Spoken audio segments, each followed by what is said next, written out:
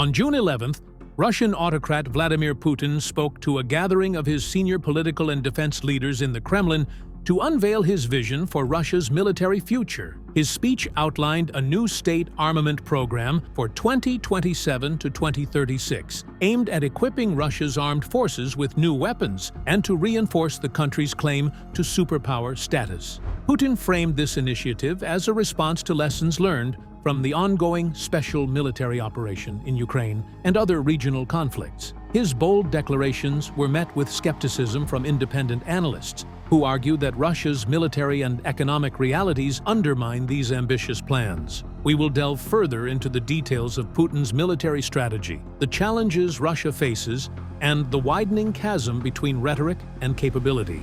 Putin presented the armament program as a cornerstone of Russia's defense strategy, describing it as the key tool for modernizing the armed forces over the next decade. He emphasized the need to integrate combat experience from Ukraine into the development of new weapons systems, ensuring Russia remains a formidable global player. The program, he claimed, would address all facets of military technology, from nuclear deterrence to conventional forces. He identified 5 priority areas for development. Nuclear forces. Putin placed significant emphasis on Russia's nuclear triad: air, land, and submarine-based systems, asserting their critical role in safeguarding Russia's sovereignty and maintaining the global balance of power. He boasted that 95% of Moscow's strategic nuclear forces were the most modern available, suggesting a technological edge over other nuclear powers. This claim is intended to bolster Russia's image as a leading nuclear state, though questions linger about the reliability and readiness of these systems. Labeling ground forces as the dominant force in modern warfare, Putin called for an urgent boost in their combat capabilities in the shortest time possible. He stressed the development of the most technically advanced weapon systems to replenish and strengthen Russia's land-based arsenal. This focus comes amid heavy losses in Ukraine, where the ground forces have borne the brunt of the conflict. Aerospace forces. Putin advocated for systematic and consistent measures to modernize Russia's air capabilities. This includes increasing procurement of advanced aircraft, improving repair processes, and upgrading existing aviation equipment. Such enhancements are vital for maintaining air superiority, a key element of contemporary military strategy.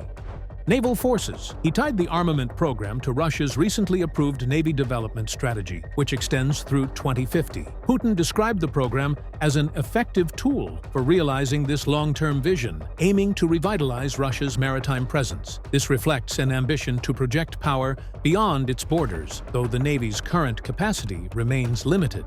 Defense industry and exports. Addressing workforce shortages in the defense sector, worsened by mobilization for the Ukraine war, Putin instructed the defense and trade ministries to adapt to immediate military needs. He also highlighted the potential for arms exports, noting that Russian weapons have been tested in real high-intensity combat operations. However, he admitted that establishing proper maintenance capability for exported arms remains a hurdle, casting doubt on the feasibility of this goal. Putin also pointed to recent increases in weapon deliveries, agreed upon in April, to support the Ukraine conflict. He assured his audience that these measures are being implemented here and now, projecting an image of decisive action and military resurgence. While Putin's speech exuded confidence, independent military analysts painted a starkly different picture. They described his address as long on rhetoric but short on detail, arguing that it failed to confront the profound challenges threatening Russia's military ambitions. The war in Ukraine has taken a devastating toll on Russia's armed forces. Although Putin sidestepped specifics, analysts note that Moscow has lost thousands of tanks and armored vehicles since the start of the war. This staggering depletion has forced the military to rely on reconditioned Soviet-era equipment, raising serious concerns about the sustainability of Russia's conventional forces. The ground forces, in particular, have been stretched to their limits, with losses outpacing replacement rates.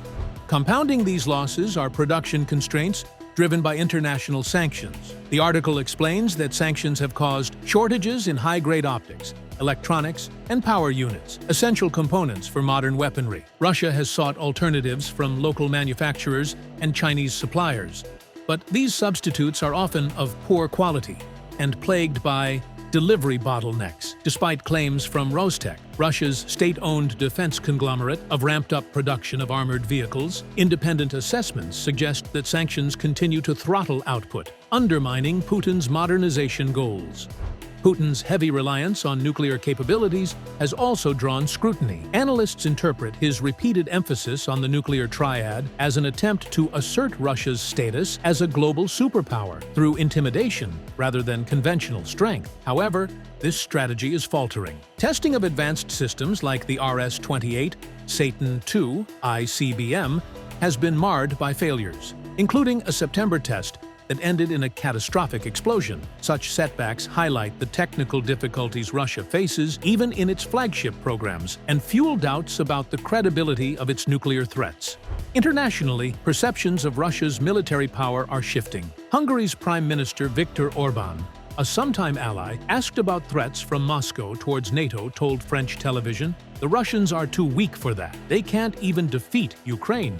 This blunt assessment reflects a growing view that Russia's military is overextended and underperforming, a far cry from the superpower image Putin seeks to project. Analysts warn that leaning on nuclear rhetoric may deepen Russia's isolation, alienating potential partners and reinforcing its status as a pariah state. Vladimir Putin's vision for Russia's military is a bold attempt to reclaim the country's status as a global superpower. Yet, the realities of heavy losses in Ukraine, production setbacks due to sanctions, and an overdependence on nuclear posturing tell a different story. While Putin's speech aimed to inspire confidence in Russia's future, the critiques from analysts reveal a nation struggling to match its ambitions with its capabilities. As Russia navigates these mounting challenges, the gap between its superpower aspirations and its diminished reality continues to widen, leaving its place on the world stage increasingly uncertain.